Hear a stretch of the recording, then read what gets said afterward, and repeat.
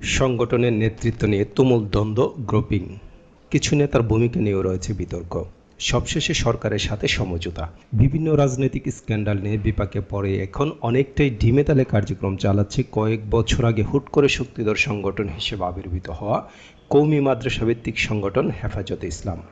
সংগঠনের সাথে বিভিন্ন সময় গুরুত্বপূর্ণ পদে ছিলেন এবং এখনও কমিটিতে আছেন এমন কয়েকজনের নেতা ছাড়াও পর্যবেক্ষক ও বিশ্লেষকদের সাথে কথা বলে এমন ধারণাই পাওয়া গেছে। সংগঠনটির নেতাকর্মীদের কাছ থেকে জানা যায়, হেফাজত প্রেসার গ্রুপ হিসেবে ভূমিকা রাখার মতো অবস্থানে এখন আর নেই, বরং সংগঠনটি এখন কিছু নেতার মাধ্যমে সরকারি নির্দেশনায় পরিচালিত হচ্ছে।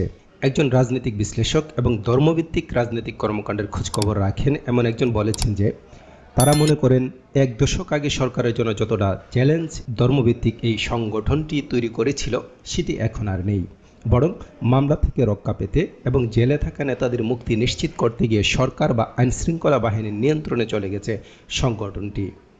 তবে সংগঠনের দুজন নেতা বিবিসিকে বলেছেন যে হেফাজত দুর্বল হয়নি, বরং নির্যাতন, মামলা, হয়রানি মোকাবেলা করেও এটি এগিয়ে যাচ্ছে।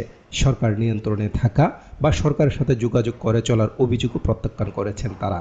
হেফাজত ইসলামের যুগ্ম মহাসচিব আজিজুল হক ইসলামাবাদী বিবিসি বাংলাকে বলেছেন, হেফাজতের মধ্য থেকে কিছু ব্যক্তি সরকারের এজেন্ট হয়ে সংগঠন ভাঙতে চেয়েছিল, কিন্তু তারা তা পারেনি। আরেকজন যুগ্ম মহাসচিব মীর ইদ্রিস বলেছেন, সংগঠনের কোনো নেতৃত্ব সংকট নেই। তার দাবি, আহমেদ শফিকে ব্যবহার করে কিছু লোক স্বার্থ উদ্ধারের চেষ্টা করেছিল তার মৃত্যুর আগে, কিন্তু তিনি ভুল বুঝতে পেরে তাদের বাদ দিয়েছেন সংগঠন থেকেই। ফলে হেফাজতে কখনোই আর নেতৃত্ব নিয়ে দ্বন্দ্ব দেখা যায়নি। উল্লেখ্য যে 2010 সালে সংগঠনটির তৎপরতা শুরু হয়েছিল, কিন্তু 2013 সালে 5ই মে ঢাকা মতিঝিলের শাপলা চত্বরে বিশাল সমাবেশ করে বিস্ময়ের জন্ম দিয়েছিল কওমি মাদ্রাসা ভিত্তিক এই সংগঠনটি।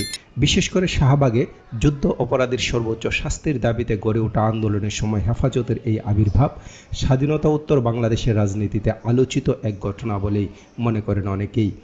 এরপর অন্তত 8 বছর নানাভাবে সরকারের উপর চাপ প্রয়োগ করে নিজেদের বেশ কিছু দাবি দাওয়া আদায় করে নিয়েছিল তারা।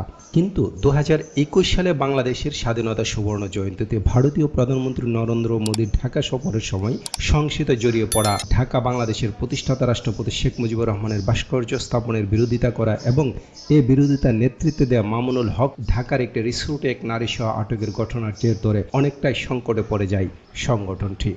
ঢাকা বিশ্ববিদ্যালয়ের শিক্ষক জুবাইদা নাসরিন বলেন, এসব ঘটনার জের ধরে তৈরি হওয়া সংকট কাটিয়ে উঠতে না পেরে দফায় দফায় সরকারের দ্বারস্থ হয়েছেন এই সংগঠনের নেতাকর্মীরা।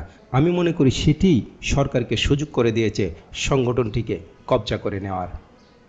লিটন হোসেন জিহাদ, পথিক টিভি নিউজ ডেস্ক।